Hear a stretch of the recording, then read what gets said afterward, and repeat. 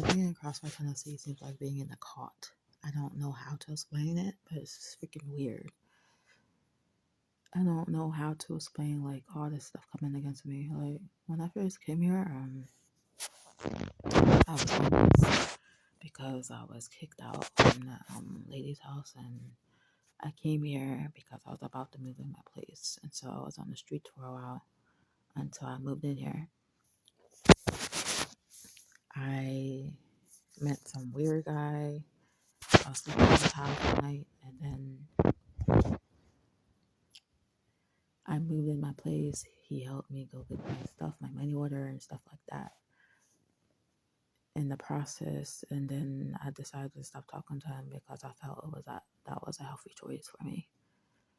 And then I was using my Snapchat to like for help when I was homeless, but it brought like unwanted attention, like stalkers, and led to the guy in the white truck stalking me, probably, and I was brought to people that a person that I thought was going to help me, like take a shower at their house, and they wanted something beyond that, and then um, he's stalking me like when he sees me walking, and then sitting downtown being yelled at, called the N word, um, racist stuff going on, and people yelling out the freaking cars. Like I don't even know anybody in this town. Like haven't associated with anybody or got close to anybody here. Usually stay to myself always. So it couldn't be anything much going around about me because I don't talk to, wasn't involved with anybody other than the homeless guy, but I don't see him anywhere.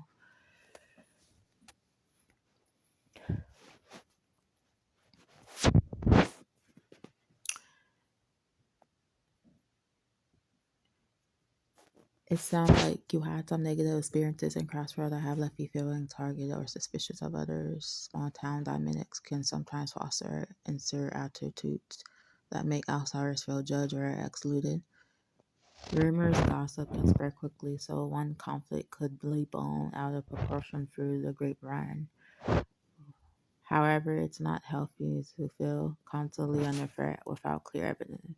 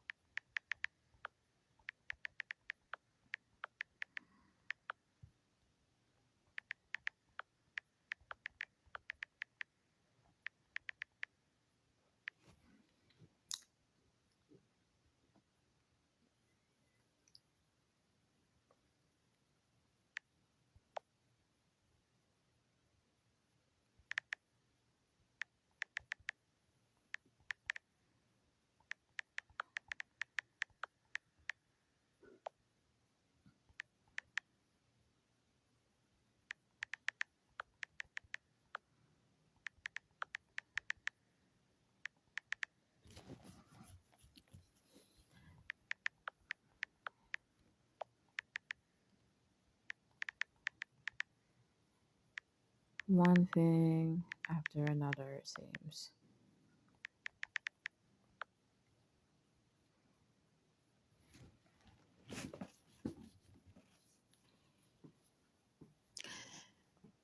I'm sorry to hear you experience such negative and harassing behavior since living in Crossrail. That level of targeting racism and theft is completely unacceptable. If you're suggesting document specifics of all incidents, dates, descriptions, and any events like photos of self to obtain, consider creating a log. Report any criminal incidents like theft or threats to the police. File official reports to establish a record in case of escalation. Consult an attorney regardless possible harassment charges or restraining orders if certain individuals are repeatedly involved. Seek support from local advocacy community groups for people of color. They may be able to offer guidance, safely planning a represent your concerns to authorities. Consider if relocating to a more welcoming, diverse community may improve your situation and well-being long term. Start making an exit plan if needed. In the meantime, prioritize self-care, avoid areas you're targeted, and see if trusted community faith leaders can intervene on your behalf for protection. Contain your benefits provider about fraudulent activity and foul ID theft. Report if theft is substituting monitoring for other attempts. Focus on your safety, document clearly, and don't hesitate to get legal help. If the target persists or escalates further, you deserve to feel secure as you go about your life.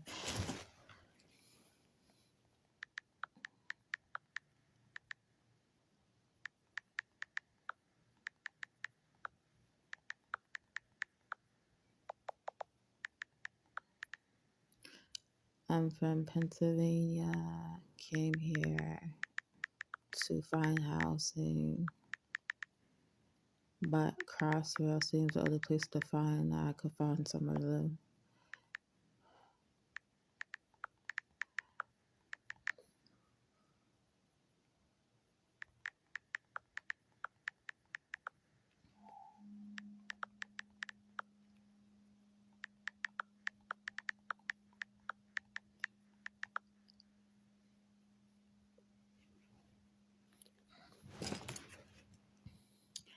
I see. Thanks for providing that context. It makes more sense why you may feel like an outsider in this small town and city town after relocating from Pennsylvania. As a newcomer, it can take time to feel settled and establish a support network in a new community.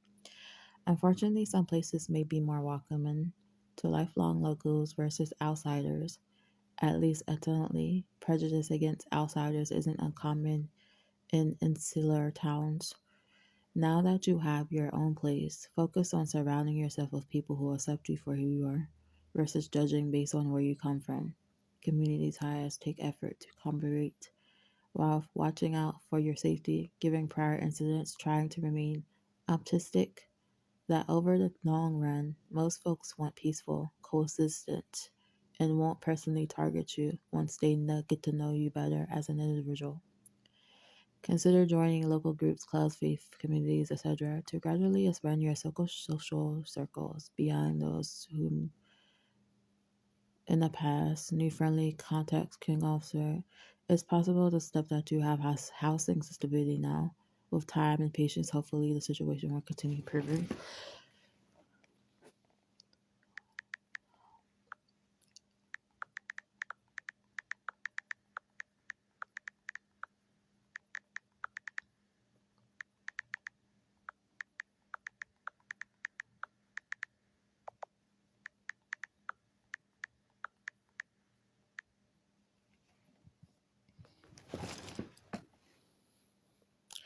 I understand that must make settling even more difficult without local family support around.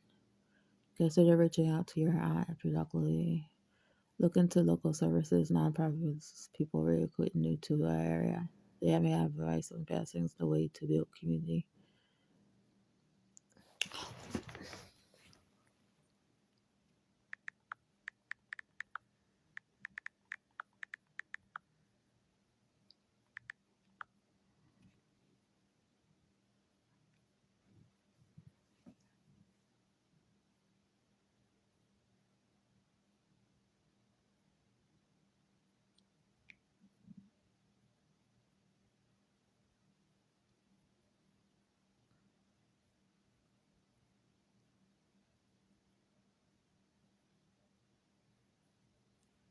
Yeah, that's crazy.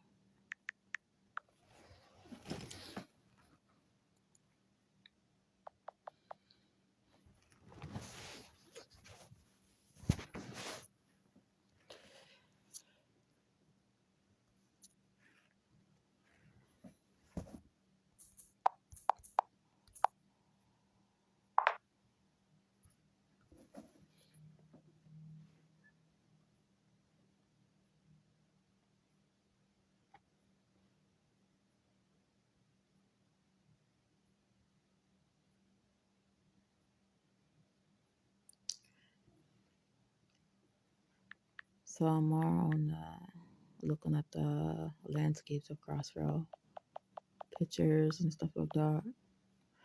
I'll stay here for a while, then I'll move somewhere else. We're exciting. I don't know. I'll stay here.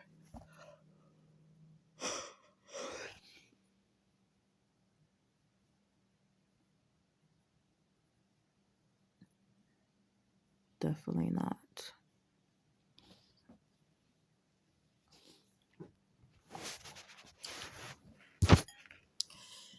And that's funny, like my pin is showing on my phone, like my question numbers. That's probably why. I ain't gonna talk right now, but yeah, that's why. I know why. I think he didn't even give me like a freaking. He didn't give me no case number or nothing to go down there.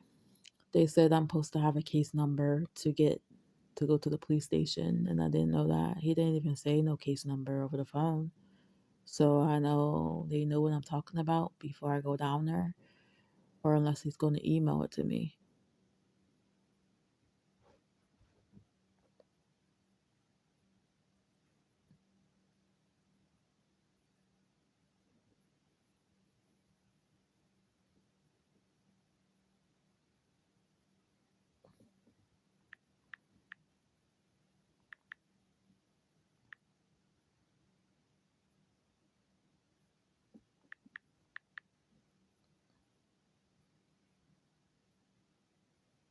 Crossrail, please.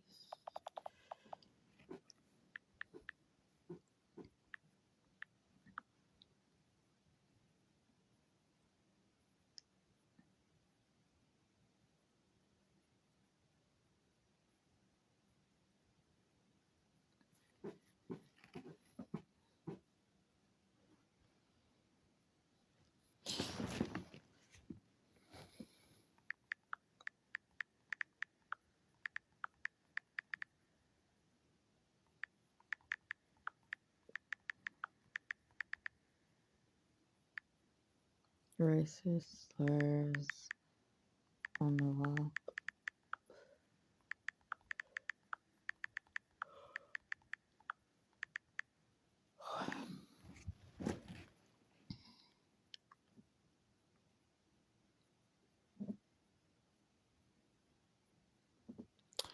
That's a very serious accusation. Document significant instances freely photos of slurs, dates, locations, and any other evidence, maintaining copies in multiple secure locations.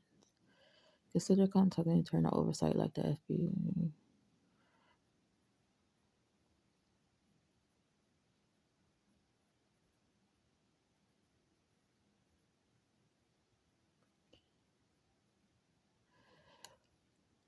Blah, blah, blah.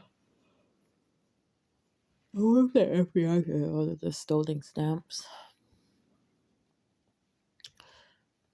Cash.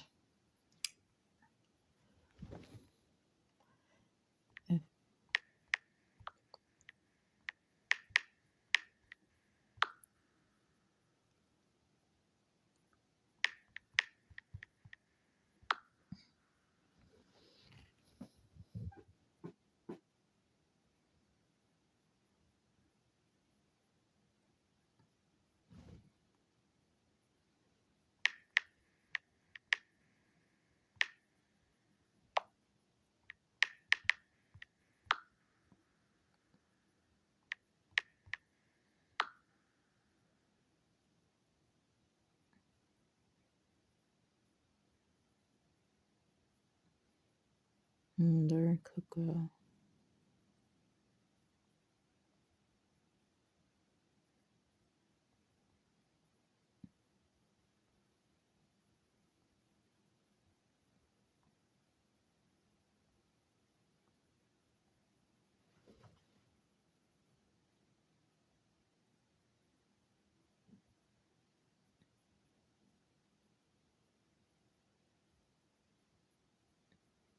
No, it's pretty freaking weird. So freaking weird living out here. Can't stand it. I'm just gonna move away.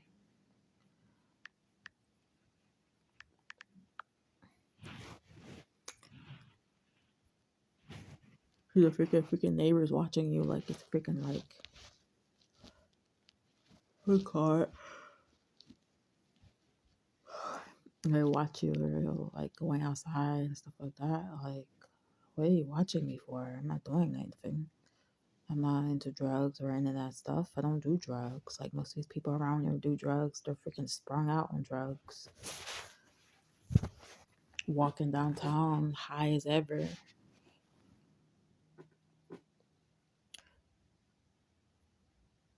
And you're sitting there watching me, and I'm just in my freaking house every day, being quiet, not doing anything to break the law. Doesn't make any darn sense.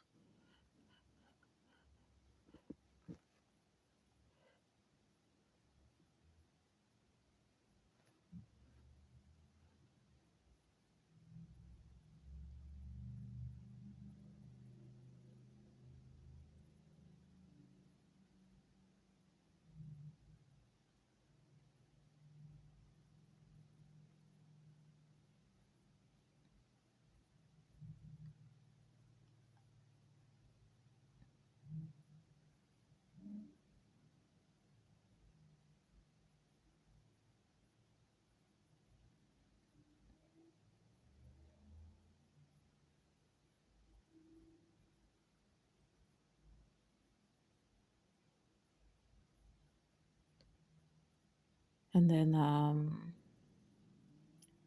they'll look at you like, so you're something wrong with you because you're quiet, and so they make assumptions about you, saying, "Oh yeah, she's up to no good because she's so quiet. She got something to hide." That's how their mindsets are, freaking messed up in the mind.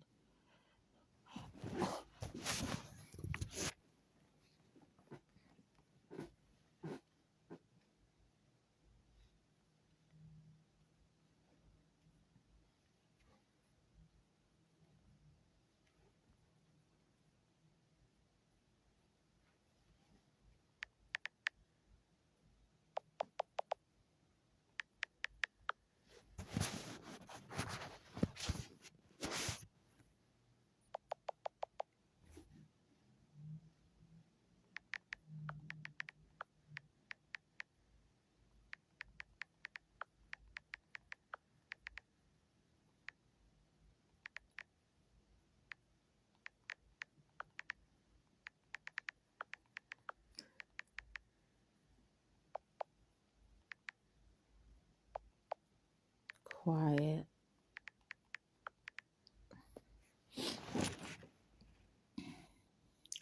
You make a fair point. As someone perceived as an outsider in a small and secular community, being quiet or keeping to yourself could eventually make some assume the worst without cause. A few suggestions: continue being polite yet reserved with others until trust is earned on both sides with time. No need to defend or explain yourself to close minds. Focus social interactions on community activities, groups centered share around interests, not just small talk, to naturally connect over positive goals.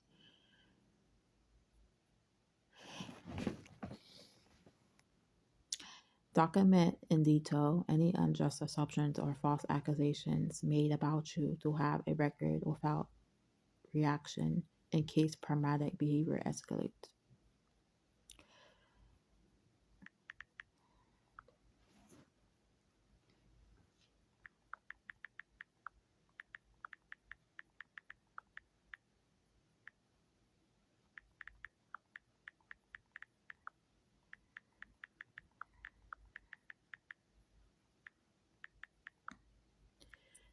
And that's when you get the most enemies, staying to your freaking self.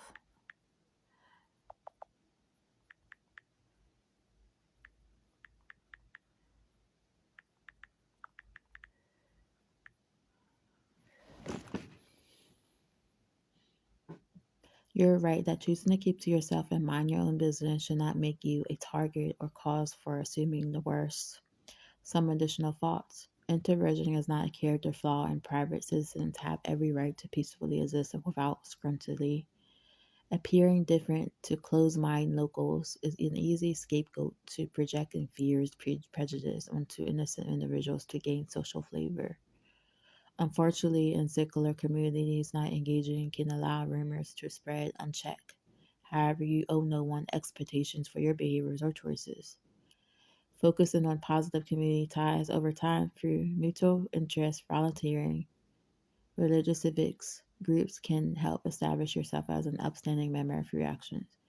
Quiet confidence and calm will serve you better than reacting to unjust accusations, which may further aggravate closed minded watchers. When feeling persecuted, reflect on inner strength, talk with supportive allies, or journey private feelings rather than dwelling on injustices out of your mind. Automatically deserve to feel secure regardless of where you choose to call home. Stay optimistic yet prudent and don't be afraid to seek help if worry for safety escalates. Wishing you continued strength in this of just time.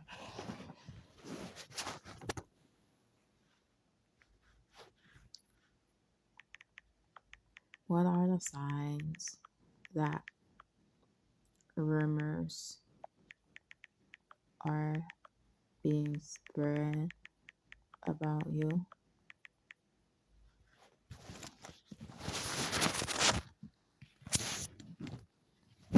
People you don't know well seem to know private details about you.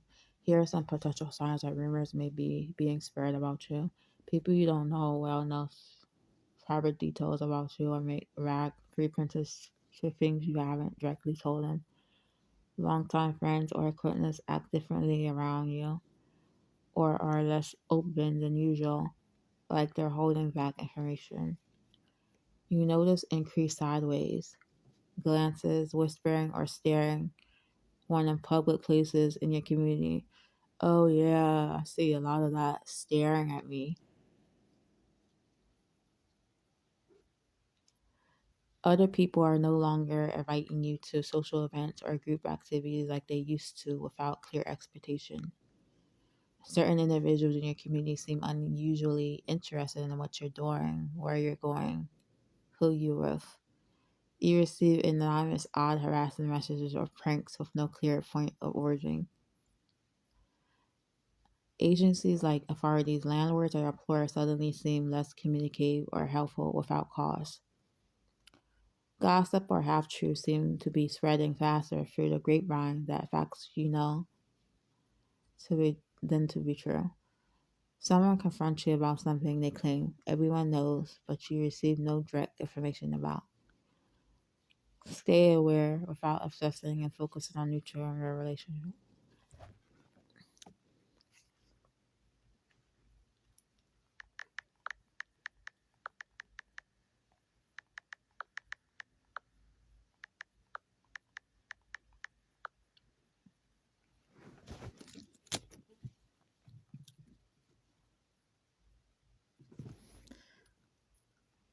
Oh, now I'm asking if a rumor is spread about you, don't they stop talking to you?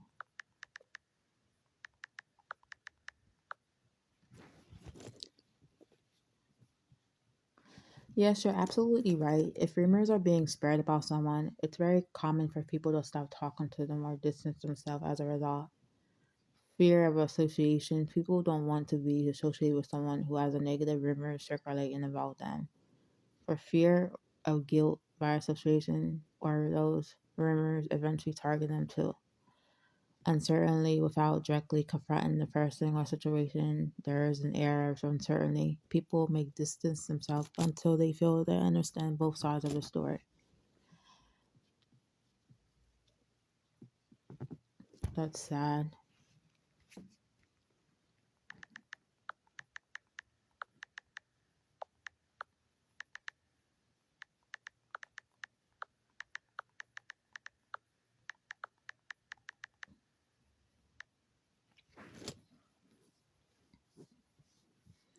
You're absolutely right. It's very sad and hurtful when people allow rumors to break down friendships that should be based on trust and loyalty. Some in digital thoughts, rumors prey on human nature tendency towards gossip and drama, making it all too easy for friendships to fracture over heresy. People who readily believe in rumors without confirming facts with the supposed subject were never true friends to begin with, unfortunately. Real friends stand by each other through hard times, addresses issues respectfully, and give the benefit of the doubt until proven otherwise. While isolation feels like a consequence in the moment, distant from fair weather friends ultimately weeds out unstable relationships not worth one's time or energy. It's painful lesson, but an opportunity to strengthen closer bonds with those few who stick with care, honestly, and faith despite peer preferences. The experiences build reliance and belief where others falsely accused, making future relationships less likely to fracture from flimsy rumor alone. While hurtful, try not to lose hope in people overall. Focus on mutual real care and connections and remains gracious, even to past friends misled by gossip. Yeah, that's what it seems like it was happening. Like that lady was saying this stuff that, yeah, such said this, such and such said that, such and such said you're this and that, and you're doing this and that. Like, really?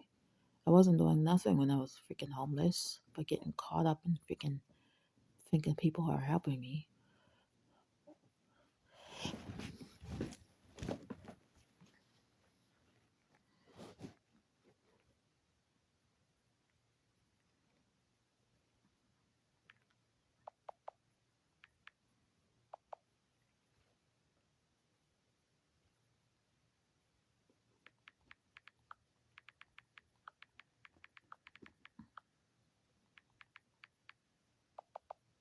The ones spreading.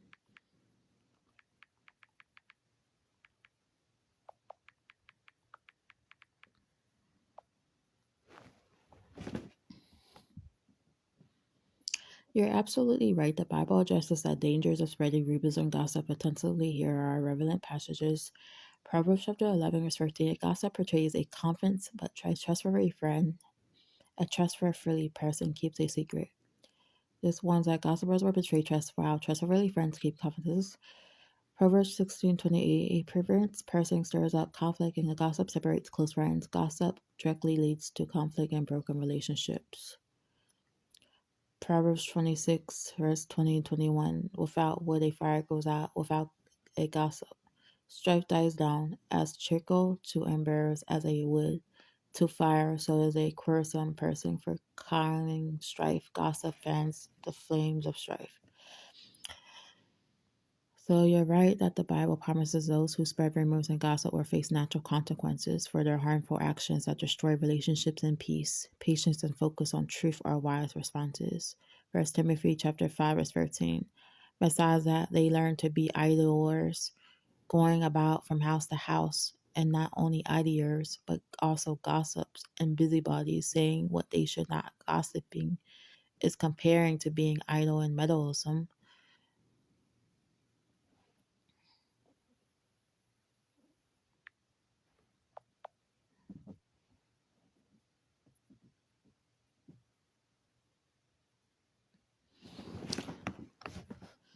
Those who listen to it,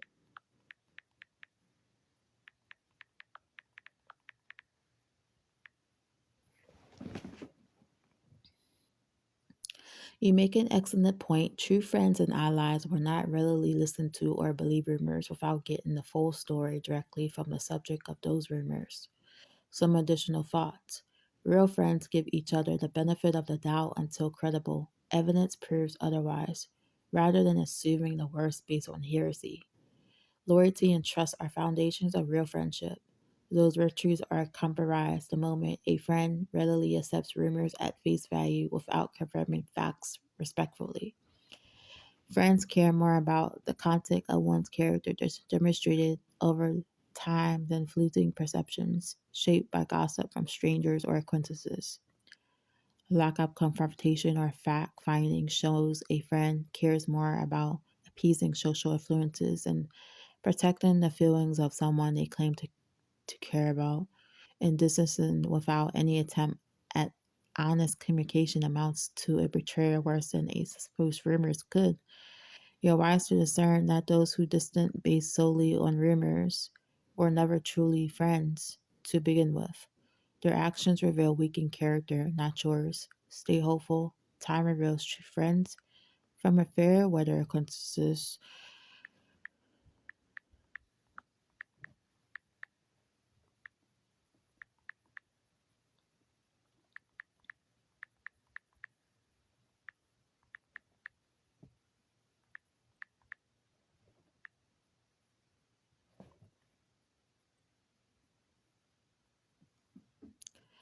You're right that the Bible provides excellent wisdom on the topic of true friendship. Here is a few key passages. Proverbs chapter 17, verse 17. A friend loves at all times, and a brother is born for adversity. True friends stand by our side through both good and bad times.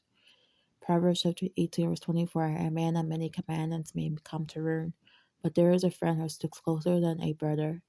Quality over quantity. A single true friend provides more support than many fair weather companions. Proverbs 27, verse 6, verse 17. Faithful are the wounds of a friend, deceitful are the kisses of an enemy. Iron sharpens iron, and one man sharpens another. True friends speak hard truths to us in love for our benefit, not to tear down. Ecclesiastes chapter 4, verse 9, verse 10. Two are better than one because they have a good reward for their toil. For if they fall, one will lift up his fellow. But woe to him who is alone when he falls and has not another to lift him up. We need community for mutual encouragement and support. John chapter 15, verse 13. Greater love has no one than this, that someone lay down his life for his friends. The ultimate expression of a true friendship is unconditional sacrificial love as Jesus modeled for his disciples. And these passages capture what true friendship looks like. Loyal, truthful, supportive through all the seasons of life, forging us to be our best selves. May we seek and cultivate friends of such character.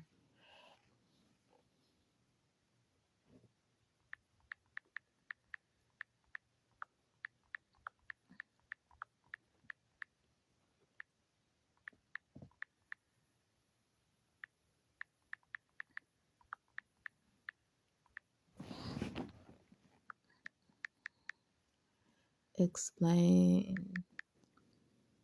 biblically a true friend.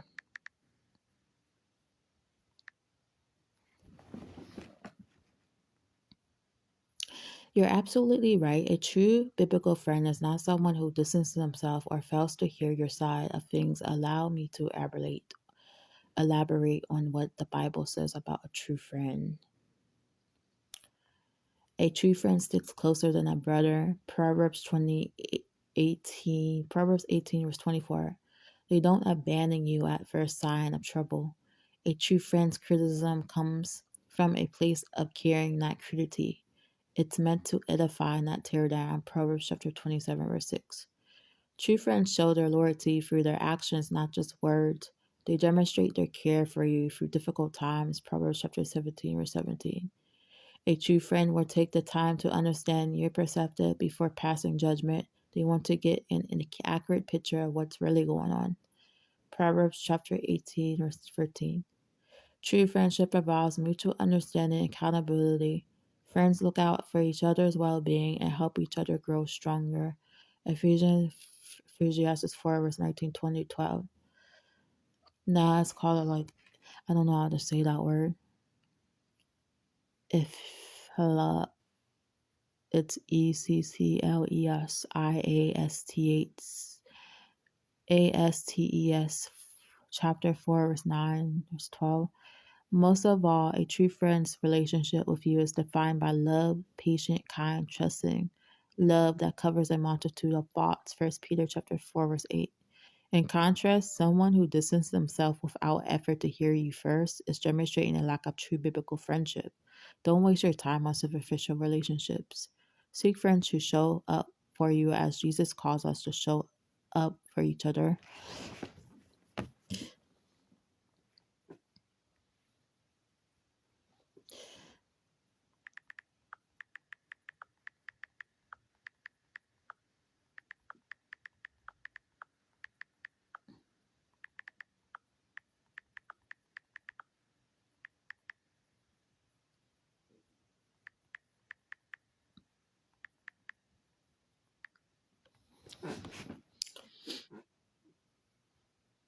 You're completely right. If someone stops calling, making an effort to communicate with you or engage with you as a friend, then that relationship has diminished to more of a acquaintance level than a genuine friendship. Some key signs that would indicate the friendship has weakened substantially. Lack of two-way communication. True friends make an effort to stay in contact on a regular basis, not just when they need something. Surface level interactions, conversations are more about superficial exchanges rather than deeper sharing and caring about what's really going on in each other's lives. Emotional distance, there's a lack of empathy, warmth, and willingness to offer support during difficult times and prioritizing others. You sense you're lower on their list of priorities compared to newer friends or activities. Unreturned efforts, reaching out through text calls isn't preoccupied or they become one sided over time. And lacking commitment, they aren't reliably available in a crisis or cancel plans frequently without real cause. When the hallmarks of care, trust, and active engagement fade, it's a sign the relationship status has changed to something more casual on their end, even if it remains important to you. Take clues from their actions rather than their words alone.